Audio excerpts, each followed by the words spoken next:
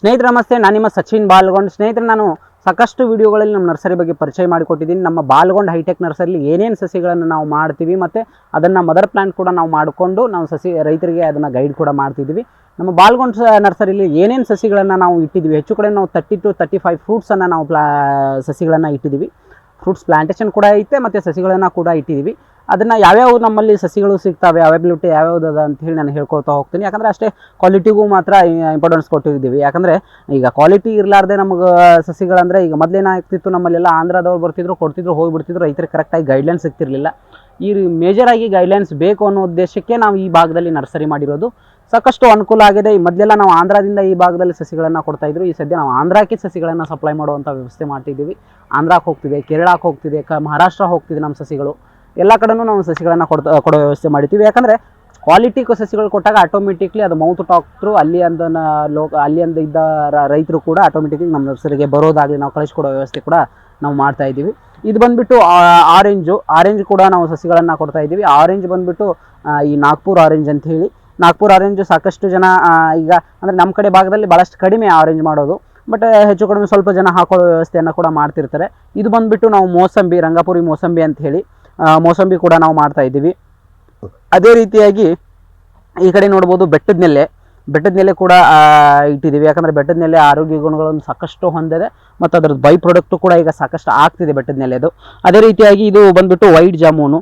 White jamun ಅಂದರೆ ಏನು ರೀ ಅಂತೇಳಿ ಕೇಳ್ತಿರ್ಬೋದು ನೀವು. ಎಲ್ಲ ಬ್ಲ್ಯಾಕ್ ಜಾಮೂನ್ ನೋಡಿರ್ತೀರಿ, ಬಟ್ ಇದು ವೈಟ್ ಜಾಮೂನು. ಜಾಮೂನ್ ಅಂದರೆ ನೇರಳೆ ಏನಂತೀವಿ, ನೇರಳೆನೇ ವೈಟ್ ಇರ್ತದೆ. ಇದೆಂಥ ವೈಟ್ ನೇರಳೆ ಅಂತಿರ್ಬೋದು. ಇದು ನೀವೇನು ಇನ್ನೊಮ್ಮೆ ಏಪ್ರಿಲಲ್ಲಿ ಕಾಯಿ ಬರ್ತದೆ, ಭಾಳಷ್ಟು ಟೇಸ್ಟ್ ಇರ್ತದೆ. ಮತ್ತು ಏನಾಗ್ತದೆ ಅಂದರೆ, ನಾವು ಬ್ಲ್ಯಾಕ್ ತಿಂದಾಗ ಒಂದಿಟ್ಟು ಗಂಟ್ಲು ಕಟ್ಟೋ ವ್ಯವಸ್ಥೆ ಇರ್ತದೆ, ಕಟ್ತದೆ, ಸ್ವಲ್ಪ ಕಟ್ಟಿದಂಗೆ ಆಗ್ತದೆ. ಬಟ್ ವೈಟ್ ತಿಂದರೆ ನಿಮ್ಗೆ ಗಂಟ್ಲಲ್ಲ, ನೀವು ಎಷ್ಟು ತಿಂದ್ರೂ ಬೇಸರ ಆಗಂಗಿಲ್ಲ, ಅಂಥ ಒಂದು ಟೇಸ್ಟಿ ಹಣ್ಣಿದು ವೈಟ್ ಜಾಮೂನು. ಭಾಳಷ್ಟು ಟೇಸ್ಟ್ ಇದೆ, ಮಾರ್ಕೆಟಿಗೂ ಭಾಳಷ್ಟು ಮೆಸ್ತದೆ ಮತ್ತು ಬುಷಿ ಟೈಪಾಗಿ ಬೆಳೀತದೆ, ಭಾಳಷ್ಟು ಎತ್ತರ ಬೆಳೆಯೋದಿಲ್ಲ ಗಿಡ. ಮತ್ತು 2ನೇ ವರ್ಷಕ್ಕೆ ನಿಮ್ಗೆ ಒಂದು 10 kgವರೆಗೂ ಕಾಯಿಯನ್ನು ನಾವು ನಿರೀಕ್ಷೆ ಮಾಡ್ಬೋದು. ನಾವು ಪ್ಲಾಂಟೇಶನ್ ಕೂಡ ಮಾಡಿದ್ದೀವಿ. ಅದೇ ರೀತಿಯಾಗಿ ಈ ಕಡೆ ಬಂದುಬಿಟ್ಟು ಆ್ಯಪಲ್ ಬೆರ್ ಅಂದರೆ ನೀವೇನಿದು ಬಾರೆ ಅಂತೇನು ಕರಿತೀವಿ, ದಪ್ಪ ಬಾರೆ ಅಂತೇನು ಕರಿತೀವಿ, ಅದನ್ನು ಆ್ಯಪಲ್ ಬೆರ್ ಕೂಡ ನಾವು ಇಟ್ಟಿದ್ವಿ. ಆ್ಯಪಲ್ ಬೆರ್ ಕೂಡ ಈಗ ಸದ್ಯ ಈ ನಮ್ಮ ಬಿಜಾಪುರ ಅಲ್ಲಲ್ಲಿ ಭಾಗದಲ್ಲಿ ಕಮರ್ಷಿಯಲಿ ಕೂಡ ಆ್ಯಪಲ್ ಬೆರ್ ಮಾಡ್ತಾರೆ. ಈ ಸದ್ಯ 30 ರೂಪಾಯಿ kg, 20 ರೂಪಾಯಿ kg, 10 ರೂಪಾಯಿ kg ಹಿಡ್ಕೊಂಡು ಹೋಗ್ತದೆ. ಅದೇ ರೀತಿಯಾಗಿ ಆ ಕಡೆ ಬಂದುಬಿಟ್ಟು ಸೀತಾಫಲ ಆಗಲಿ, ಬ್ಲ್ಯಾಕ್ ನೇರಳೆ ಆಗಲಿ, ಅದೇ ರೀತಿ ಎಲ್ಲ ಥರ ಹೆಚ್ಚು ಕಡಿಮೆ ಇದು ಇಲ್ಲ ಅಂತೇನಿಲ್ಲ. ಆ ಸಿಸ್ಟಮಲ್ಲಿ ಎಲ್ಲ ಥರ ಸಸಿಗಳನ್ನು ಆ ಕಡೆ ಬಂದು ನೋಡ್ತಿರ್ಬೋದು ನೀವು. ಡ್ರೈಗನ್ ಕೂಡ ಇಟ್ಟಿದ್ದೀವಿ, ಡ್ರೈಗನ್ ಕೂಡ ಸಸಿಗಳನ್ನು ಮಾಡ್ತಾಯಿದ್ದೀವಿ. ಇದು ಬಂದುಬಿಟ್ಟು ಜಂಬೂ ರೆಡ್ ಅಂತೇಳಿ ಡ್ರೈಗನ್ನು. ಅದೇ ರೀತಿ ಈ ಕಡೆ ಬಂದುಬಿಟ್ಟು ಇದು ಬ್ರೆಡ್ ಫ್ರೂಟ್ ಅಂತೇಳಿ ಕರಿತೀವಿ. ಬ್ರೆಡ್ ಫ್ರೂಟ್ ಈ ಏನು ನಾವು ಮಲೆನಾಡು ಭಾಗದಲ್ಲಿ ನೋಡ್ತಿರ್ತೀವಿ, ಹಲಸಿನ ಟೈಪ್ ಬರ್ತದೆ. ಇದನ್ನು ಪಲ್ಯ ಮಾಡ್ಕೊಂಡು ಕೂಡ ತಿಂತಾರೆ. ಮತ್ತು ಅದೇ ರೀತಿಯಾಗಿ ಮ್ಯಾಂಗೋಸ್ಟಿನ್ನು, ಮಿರಾಕಲ್ ಫ್ರೂಟು. ಆ ಕಡೆ ಬಂದುಬಿಟ್ಟು ಚಿಕ್ಕು ಸಿಗ್ತದೆ, ಮೇಜರಾಗಿ ಚಿಕ್ಕು. ಈ ಚಿಕ್ಕು ಒಳ್ಳೆ ಒಂದು 3-4 ವೆರೈಟಿ, ಕಾಲಾಪತ್ತಿ ಆಗಲಿ, ಕ್ರಿಕೆಟ್ ಬಾಲ್ ಆಗಲಿ, ಮತ್ತು ನಿಮಗೆ ಈ ಏನು ನಾವು ಇದು ಕರಿತೀವಿ ಬನಾನಾ ಚಿಕ್ಕು ಅಂತೇಳಿ, ಅಂದರೆ ಉದ್ದ ಬರ್ತದೆ. ಅದೇ ರೀತಿಯಾಗಿ ಆ ಕಡೆ ನೀವು ಏನಿದು ಬಟರ್ ಫ್ರೂಟ್ ಅಂತೇಳಿ ಏನು ಕರಿತೀವಿ, ಬಟರ್ ಫ್ರೂಟ್ ಕೂಡ ನಾವು ಇಟ್ಟಿದ್ದೀವಿ. ಯಾಕಂದರೆ ಬಟರ್ ಫ್ರೂಟ್ ಅಂದರೆ ಈ ಫ್ಯೂಚರ್ ಬಂಗಾರ ಅಂತೇಳಿ ಕರಿತೀವಿ ನಾವು, ಅಡುಗಿದ ಬಂಗಾರ ಅಂತ ಕರಿತೀವಿ. ಯಾಕಂದರೆ ಬಟರ್ ಫ್ರೂಟ್ಗೆ ಅಂತಂತ ದೊಡ್ಡ ಫ್ಯೂಚರ್ ಮಾರ್ಕೆಟು ಬಟರ್ ಫ್ರೂಟಿಗೆ ಇರೋದ್ರಿಂದ ಬಟರ್ ಫ್ರೂಟ್ ಕೂಡ ಇಟ್ಟಿದ್ದೀವಿ. ಬಟರ್ ಫ್ರೂಟು ಈ ಕಡೆ ಭಾಳಷ್ಟು ಕಡಿಮೆ, ಈ ತುಮಕೂರು ಆ ಭಾಗದಲ್ಲಿ ಸಾಕಷ್ಟು ಬಟರ್ ಫ್ರೂಟ್ ಹೋಗ್ತದೆ. ಇಲ್ಲಿ ಕೆಲವೊಂದಿಷ್ಟು ಜನಕ್ಕೆ ಒಂದು 10 ಜನದಲ್ಲಿ ಒಂದು ಬಟರ್ ಫ್ರೂಟ್ ಅಂದರೆ ಒಂದು 4 ಜನಕ್ಕೆ ಏನೋ ಗೊತ್ತಿರ್ಬೋದು, ಹೊರತು ಜಾಸ್ತಿ ಜನಕ್ಕೆ ಬಟರ್ ಫ್ರೂಟ್ ಅಂದರೆ ಗೊತ್ತಿರೋಂಗಿಲ್ಲ. ಆ ಕಡೆ ತುಮಕೂರು ಸೈಡ್ ಎಲ್ಲ ಬೆಳೀತಾರೆ, ಈ ಕಡೆ ಭಾಳಷ್ಟು ಕಡಿಮೆ. ಇದು ಬಂದುಬಿಟ್ಟು ಕರಿಬೇವು, ಆ ಕಡೆ ಸರ್ವ ಸಾಂಬಾರು, ಮತ್ತು ಅದು ಲವಂಗ, ಈ ಸಿಸ್ಟಮಲ್ಲಿ ಎಲ್ಲ ಥರ ಇಟ್ಟಿದ್ದೀವಿ. ಇದು ಬಂದುಬಿಟ್ಟು ಸೀಡ್ ಲೆಮನ್ನು. ಇದು ಹೆಚ್ಚು ಕಡಿಮೆ 2 ವರ್ಷದ್ದು ಸೀಡ್ ಲೆಮನ್ನು, ಅಂದರೆ ಬೀಜ ಹಾಕಿ ಡೆವಲಪ್ಮೆಂಟ್ ಮಾಡಿರೋದು. ಅಲ್ಲಿ ನಾನೇನು ತೋರಿಸಿದ್ನೋ ಮುಂಚೆ, ಅದು ಬಂದುಬಿಟ್ಟು ಕಾಗಜಿ ಲೆಮನ್, ಅಂದರೆ ಮೀನ್ಸ್ ಕಾಗಜಿ ಕ್ಲೋನಿಂಗ್ ಮೆಥಡಲ್ಲಿ ಮಾಡಿರೋದು. 1 ವರ್ಷಕ್ಕೆ ಸ್ಟಾರ್ಟ್ ಆಗ್ತದೆ ಅದು. ಇದು ಬಂದುಬಿಟ್ಟು 3 to 4 years ತೊಗೊಳ್ತದೆ. ಈ ಕಡೆ ಬಂದುಬಿಟ್ಟು ಆ್ಯಪಲ್ ಕೂಡ ನಾವು ಇಟ್ಟಿದ್ದೀವಿ ಸ್ವಲ್ಪ. ಅದೇ ರೀತಿಯಾಗಿ ಆ ಕಡೆ ನೋಡ್ತಿರ್ಬೋದು ಜಾಕ್ ಫ್ರೂಟು, ಇದೇನು ನಾವು ಹಲ್ಸ್ ಅಂತೇನು ಕರಿತೀವಿ, ಈ ಭಾಗದಲ್ಲಿ ಕಡಿಮೆ ಆದರೂ ಕೂಡ ಹಾಕ್ತಿದ್ದಾರೆ. ಈ ಸದ್ಯನೂ ಈಗ ಹಲ್ಸ್ ಕೂಡ ಈ ಭಾಗದಲ್ಲಿ ಕೂಡ ನಾವು ಬೆಳೀತಾ ಇದ್ದೀವಿ ಹಲ್ಸನ್ನು. ಅದೇ ಸಿಸ್ಟಮಲ್ಲಿ ಮುಂದೆ ಬಂದುಬಿಟ್ಟು ಆ ಕಡೆ ಬಂದುಬಿಟ್ಟು L49 ಪೇರು, ಸೀಬೆ ಅಂತೇಳಿ ಏನು ಕರಿತೀವಿ, L49 ಸೀಬೆ ಕೂಡ ಇಟ್ಟಿದ್ದೀವಿ. ಅದೇ ರೀತಿಯಾಗಿ ಈ ಕಡೆ ಬಂದುಬಿಟ್ಟು ಏಲಕ್ಕಿ ಬಾಳೆಹಣ್ಣು, ಈಗ ಸೀತಾಫಲ್ ಸೀಡ್ಸ್ ಕೂಡ ಹಾಕಿದ್ದೀವಿ. ಸೀತಾಫಲ್ ಸೀಡ್ಸ್ ಕೂಡ ಹಾಕಿ ಅದನ್ನು ನಾವು ಡೆವಲಪ್ಮೆಂಟ್ ಮಾಡಿ ಮತ್ತು ಗ್ರಾಫ್ಟಿಂಗಿಗೆ ನಾವು ಬಳಸ್ಕೊಳ್ತೀವಿ.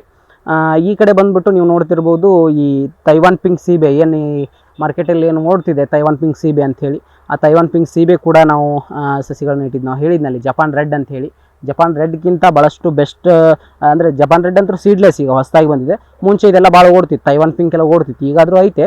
But Japan red ultimate taste ಇರೋದ್ರಿಂದ ಸೀಡ್ಲೆಸ್, ಇದು ಸ್ವಲ್ಪ ಸೀಡ್ ಬರ್ತದೆ, ಅದು ಸೀಡ್ಲೆಸ್ ಇರ್ತದೆ. ಡಾರ್ಕ್ ರೆಡ್ ಇರೋದ್ರಿಂದ ಭಾಳಷ್ಟು ಅಲ್ಟಿಮೇಟ್ ಐತೆ. ಆ ಉದ್ದೇಶ ಇಟ್ಕೊಂಡು ಈ ಜಪಾನ್ ರೆಡ್ಡು ಸ್ವಲ್ಪ ಈಗ ಮಾರ್ಕೆಟಲ್ಲಿ ಚೆನ್ನಾಗಿ ಓಡ್ತಿದೆ. ಮತ್ತು 400ರಿಂದ 500 ಗ್ರಾಮ್ ಬರೋದ್ರಿಂದ ನಮಗೆ ಜಪಾನ್ ರೆಡ್ಡು ಆಟೋಮೆಟಿಕ್ಲಿ ಮಾರ್ಕೆಟಲ್ಲಿ ಒಂದು ಒಳ್ಳೆ ರೇಟ್ ಸಿಗ್ತದೆ. ಒಳ್ಳೆ ರೇಟ್ ಸಿಗೋದ್ರಿಂದ ನಮಗೆ ದುಡ್ಡು ಮಾಡ್ಕೋಬೋದು. ಸೀಬೆ ಸಾಕಷ್ಟು ಜನ ಸೀಬೆ ಹಾಕಿದ್ದೀವಿ, ಮುಂಚೆಲ್ಲ ಸೀಬೆ ಒಂಥರ ಟ್ರೆಂಡ್ ಆದಂಗೆ ಆಗಿತ್ತು. ಬಟ್ ಸೀಬೆ ಹಾಕಿದ್ವಿ, ಫೇಲ್ಯೂವರೇ ಜಾಸ್ತಿ ಜನ ಆದ್ವಿ. ಯಾಕೆ ಫೇಲ್ಯೂವರ್ ಜಾಸ್ತಿ ಜನ ಆದ್ವಿ ಅಂದರೆ ಸೀಬೆಯಲ್ಲಿ ನಾವು ಈ ಲೋಕಲ್ ಮಾರ್ಕೆಟ್ ಏನು ಕಾನ್ಸಂಟ್ರೇಷನ್ ಇಟ್ಕೊಂಡು ನಾವು ಲೋಕಲ್ ಮಾರ್ಕೆಟಿಗೆ ಮಾರಬೇಕಂತೇಳಿ ಏನು ಸೀಬೆ ಪ್ಲ್ಯಾನ್ ಮಾಡಿದ್ವಿ ಅಂದರೆ ಪೇರು ಏನು ಪ್ಲ್ಯಾನ್ ಮಾಡಿದ್ವಿ, ಅಲ್ಲಿ 100% ಎಲ್ಲರೂ ರೈತರು ಬಿದ್ದರು. ಲೋಕಲ್ ಮಾರ್ಕೆಟಿಗೆ ಬಂದುಬಿಟ್ಟು ಸೀಬೆ ದುಡ್ಡು ಆಗಂಗಿಲ್ಲ, 100% ಮಾರ್ಕೆಟು ಆಗಂಗಿಲ್ಲ. ನಿಮ್ಗೆ 10 ರೂಪಾಯಿ ಹಿಡ್ಕೊಂಡು 15-20 ಮ್ಯಾಕ್ಸಿಮಮ್ 25 ರೂಪಾಯಿ ಮೇಲೆ ಹೋಗಂಗಿಲ್ಲ ಇವರು ಲೋಕಲ್ದಲ್ಲಿ. ಯಾಕಂದರೆ ಏನಾಗ್ತದೆ, ಲೋಕಲ್ದಲ್ಲಿ ಅಷ್ಟು ದುಡ್ಡು ಕೊಟ್ಟು ತಿನ್ನುವಂಥ ಜನ ಭಾಳಷ್ಟು ಕಡಿಮೆ.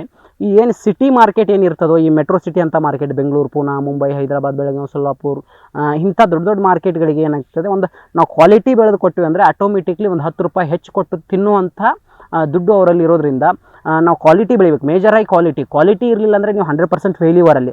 ನಿಮ್ಮಲ್ಲಿ ಕ್ವಾಲಿಟಿ ಫ್ರೂಟ್ಸ್ ಇತ್ತಂದರೆ 100% ಯಾರಾದರೂ ನೀವಾದರೂ ಕೊಡ್ರಿ ಅಥವಾ ಖರೀದಿ ಮಾಡೋರೇ ನಿಮ್ಮಲ್ಲಿಗೆ ಬರ್ತಾರೆ. ಕ್ವಾಲಿಟಿ ಇತ್ತಂದರೆ ಅದನ್ನು ವ್ಯವಸ್ಥೆ ನಿಮ್ಗೆ ಕಳಿಸ್ಕೊಡೋ ವ್ಯವಸ್ಥೆ, ಮಾರ್ಕೆಟನ್ನು ನಾನು ಮಾಡಿಸ್ಕೊಡೋ ವ್ಯವಸ್ಥೆ ಕೂಡ ನಾನು ಮಾಡಿಸ್ತೀನಿ.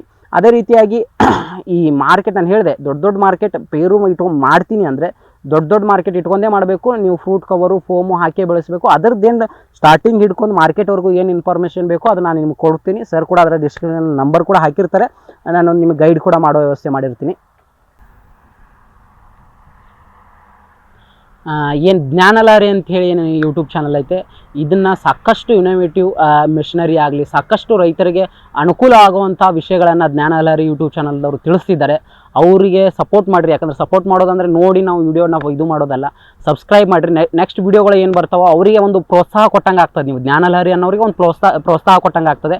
ನೀವು ಸಬ್ಸ್ಕ್ರೈಬ್ ಮಾಡೋದ್ರಿಂದ ಇನ್ನೂ ಹೆಚ್ಚೆಚ್ಚು ನಿಮಗೆ ವಿಷಯಗಳನ್ನು ತಿಳಿಸ್ತಾ ಹೋಗ್ತಾರೆ. ಯಾಕಂದರೆ ಯಾವ್ಯಾವ ಯೂಟ್ಯೂಬ್ ಚಾನಲ್ ನಾವು ಸಬ್ಸ್ಕ್ರೈಬ್ ಮಾಡ್ತೀವಿ, ಆದಷ್ಟು ನಮ್ಮ ಇಂಥ ರೈತರಿಗೆ ಅನುಕೂಲ ಆಗುವಂಥ ಯೂಟ್ಯೂಬ್ ಚಾನಲ್ಗಳನ್ನ ಸಬ್ಸ್ಕ್ರೈಬ್ ಮಾಡಿದರೆ ನಿಮಗೆ ಹೊಸ ವಿಡಿಯೋಗಳು ಮತ್ತು ಹೊಸ ಇನೋವೇಟಿವ್ ಐಡಿಯಾಗಳು, ಹೊಸ ಫಾರ್ಮರ್ಸ್ಗಳನ್ನು, ಹೊಸ ರೈತರ ಅನುಭವಗಳನ್ನು ಅವರು ಹಂಚ್ತಾ ನಿಮಗೆ ಹೋಗ್ತಾರೆ. ಹಾಗಾಗಿ ಸಬ್ಸ್ಕ್ರೈಬ್ ಮಾಡಿರಿ ಅಂತೇಳಿ ನಾನು ನನ್ನ ವತಿಯಿಂದ ಕೇಳ್ಕೊಳ್ತೀನಿ. ನಮಸ್ತೆ.